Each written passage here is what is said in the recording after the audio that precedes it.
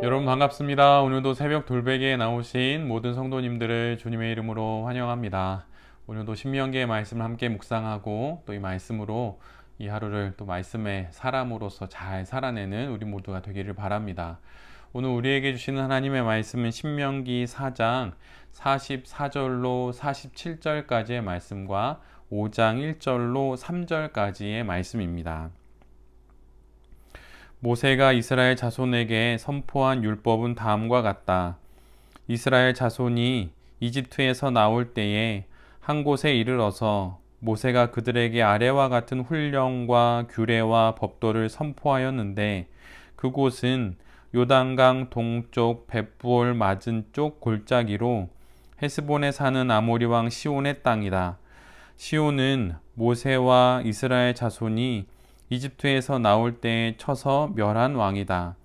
이스라엘 백성은 시온이 다스린 땅과 바산 왕 옥이 다스린 땅을 차지하였는데 이 두 왕은 해 뜨는 쪽인 요단강 동쪽에 살던 아모리 족의 왕이다.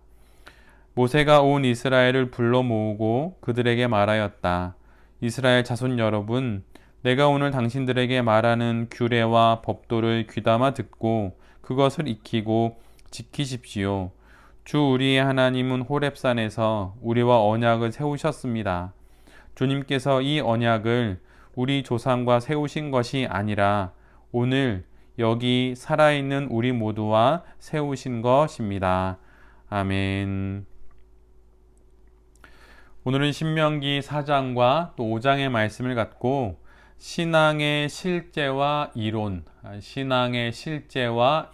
이런 제목으로 함께 하나님 말씀을 나누도록 하겠습니다. 오늘 본문은 신명기에 기록되어 있는 모세의 두 번째 설교의 시작 부분입니다.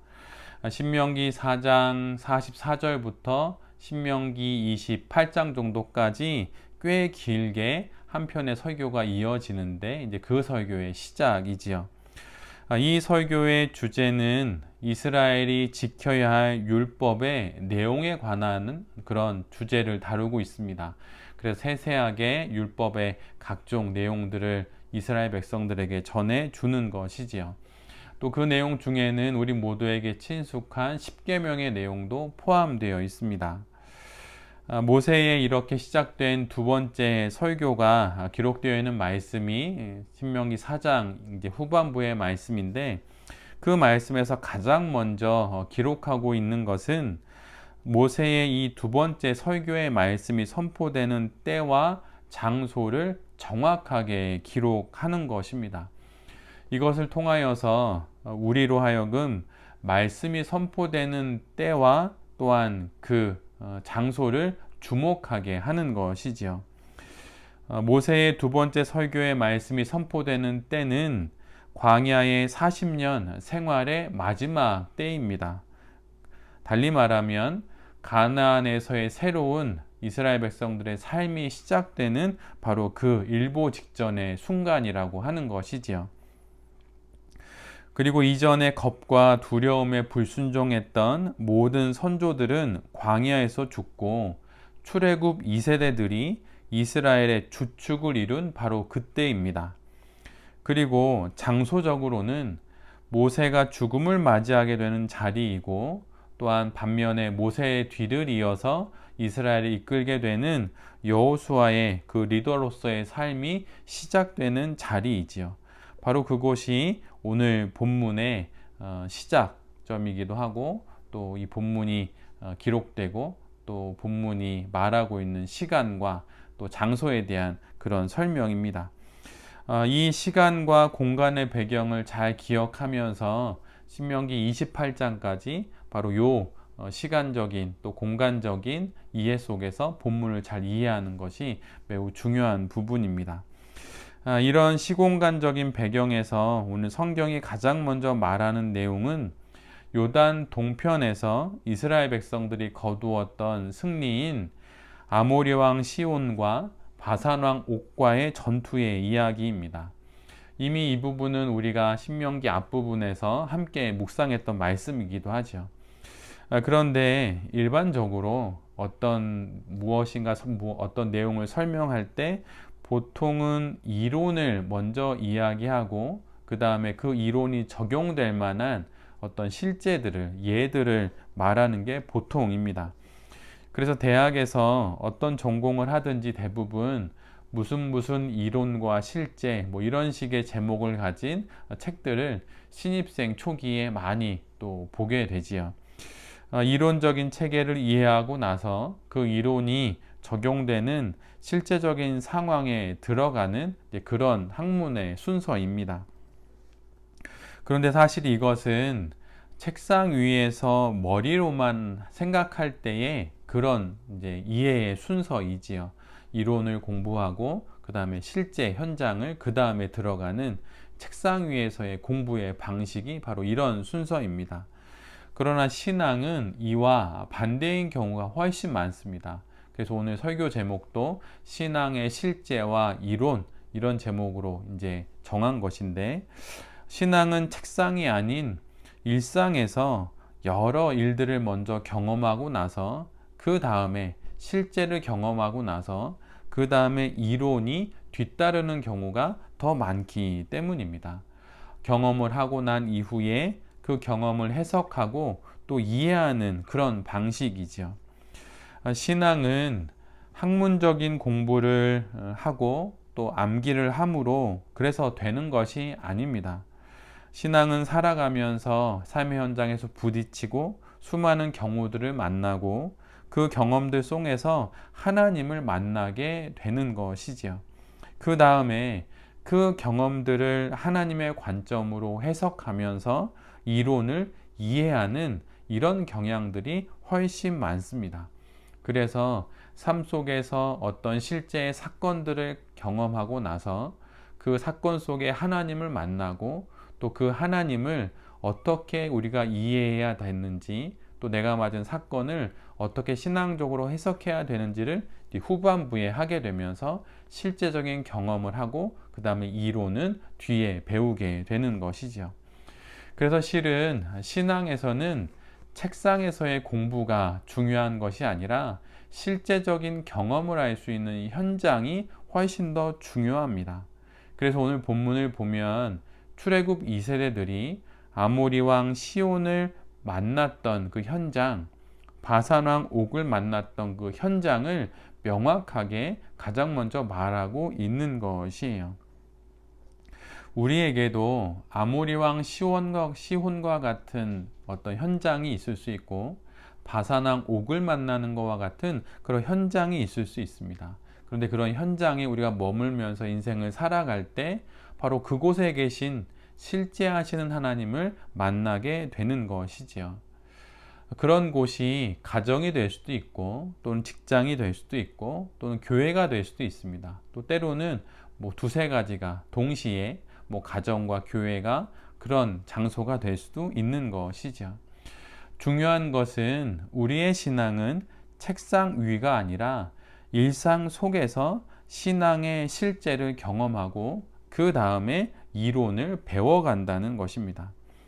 그렇게 살아가게 되는 삶의 현장들 속에서 새로운 하나님을 만나게 되고 또한 신앙의 간증을 우리 모두가 또 이제 하게 되는 그러한 또 은혜들을 누리게 되는 것이지요. 그래서 모든 현실들을 경험하면서 다양한 사건들을 경험하면서 그 현장에서 경험한 모든 현실들보다 하나님이 더 크신 분이라고 하는 것을 우리가 바로 신앙의 실제를 통해서 고백하게 되는 것입니다. 그래서 실은 신앙의 현장을 버려서는 안 되는 것이에요. 하나님을 경험할 수 있었던 이스라엘 백성들의 요단 동편에서의 아모리 왕 시온과 바산 왕 옥과의 그런 싸움이 벌어지는 그런 현장을 떠나서는 안 되는 것입니다. 그렇게 신앙의 실제를 배울 수 있는 현장을 버티고 또 견뎌내면서 믿음으로 싸워 나가면서 감당할 수 없는 많은 경우들을 물리치고 또한 겪어내면서 하나님을 만나게 되고 이것을 통하여서 우리의 인생 속에 우리가 살아내야 하는 요단 동편과 같은 그러한 곳과 또 그러한 시간들을 살아낼 수 있는 것이죠.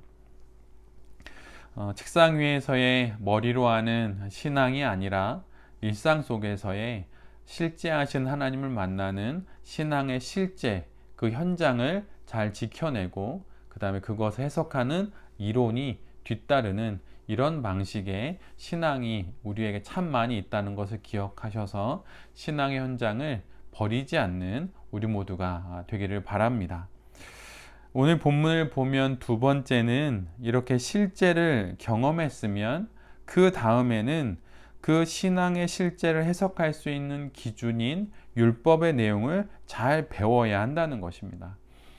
모세는 5장부터 본격적으로 율법의 내용을 출애굽 2세대들에게 아주 세세하게 잘 전해줍니다. 그런데 바로 그 앞부분에 모세는 두 가지를 강조하고 있어요.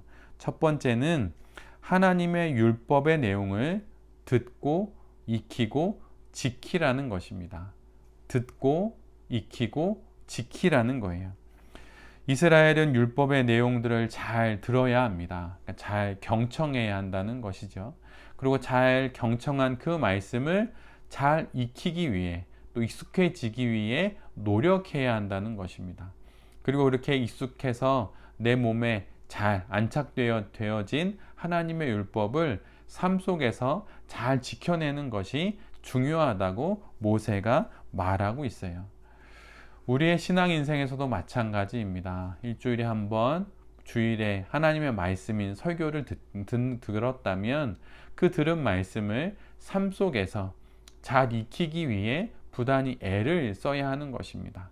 침착하게, 차분하게, 또 감사하면서 인생을 살아야 한다. 만약 이런 말씀이었다면 한 주간 내내 침착하고 있는지, 또 차분하고 또 신실하게 살아가고 있는지 자기 자신을 잘 돌아보면서 말씀을 듣고 익히고 지켜내는 일을 잘 감당해야 한다고 하는 것이죠. 모세가 이것을 강조하고 있습니다. 두 번째는 지금 선포되는 율법의 내용이 바로 자기 자신을 위한 말씀이라는 것을 알아야 한다는 거예요. 5장 3절의 말씀처럼 주님께서 이미 오래전에 조상들에게 세우신 전하신 언약의 말씀이 있습니다. 근데 그 말씀이 다시 출애굽 2세대들에게 오늘 여기서 선포됨으로 말미암아서 이 말씀이 수십 년 전에 선조들을 위한 언약의 말씀이 아니라 오늘 다시 선포되어진 그 말씀이 바로 지금 그 말씀을 듣는 출애굽 2세대들을 위한 말씀이라고 하는 것을 알아야 한다는 것입니다. 이게 말씀의 현재성이라고도 말할 수 있는데 오래전 그 말씀이 그 말씀으로 또 그때의 사람들을 향한 말씀으로 끝나는 것이 아니라 그 말씀이 오늘 내게 다시 선포됨으로 나를 위한 오늘 여기서 살아가는 나를 위한 말씀이라고 하는 것을 알아야 한다고 신명기 5장 3절에서 강조하고 있죠. 이 말씀은 사실은 우리의 신앙생활에서 많이 언급되는 말씀이기도 한데 오늘 여기 살아있는 우리를 위한 말씀이다 라고 하는 이 부분을 모세는 강조하고 있어요. 그래서 설교를 듣고 성경 통독을 하고 큐티를 하고 이러면서 내게 들려오는 하나님의 말씀을 잘 듣고 익히고 또한 익힌 그 말씀을 잘 지키고 실천해야 하는 것입니다. 또한 그렇게 선포되어진 말씀이 바로 오늘 나를 위한 말씀이라는 것을 알고 그 말씀에 더욱더 우리의 영혼을 기울여서 그 말씀을 따라 우리의 인생을 잘 살아가야 하는 것이죠. 오늘 선포된 그 말씀이 읽은 말씀이 듣는 말씀이 모두 나를 위한 말씀으로 들려져야 할 것이고 또 그것을 삶에 잘 적용해야 할 것입니다. 다시 하루를 살아갑니다. 신앙의 실제인 나의 요단 동편을 어디인지 잘 살펴보면서 요단 동편을 버리지 않으려고 잘 마음을 기울여야 할 것이고 요단 동편에서 맞이하게 된 여러 사건들을 하나님의 말씀으로 잘 이해하고 또 해석하면서 하나님의 말씀을 따라 우리의 주어진 인생을 잘 살아내는 새벽 돌베개의 모든 성도님들과 또 이 말씀을 전하는 제 자신이 될 수 있기를 간절히 빕니다. 신앙의 실제와 신앙의 이론이 이렇게 잘 연이어지는 그러한 신앙 인생을 살아감으로 우리에게 주어진 영적 가나안도 잘 정복하게 되는 우리 모두가 되기를 간절히 기도드립니다. 아멘. 기도하겠습니다. 주님, 우리의 신앙생활의 때와 장소를 잘 확인하며 참된 성도로 살아갈 수 있기를 기도합니다. 신앙의 실제로서의 나의 요단 동편을 버리지 않고 지금까지 알고 있는 신앙으로 잘 살아가게 하여 주시옵소서. 오늘 여기 있는 나를 위한 하나님의 말씀을 잘 듣고 잘 익히고 잘 지켜서 삶에 적용하여 살아가는 우리 모두가 되게 하시고, 이를 통해 나의 영적 가나안을 잘 정복하고 다스리게 하여 주시옵소서. 이 모든 말씀 예수 그리스도의 이름으로 기도드립니다. 아멘.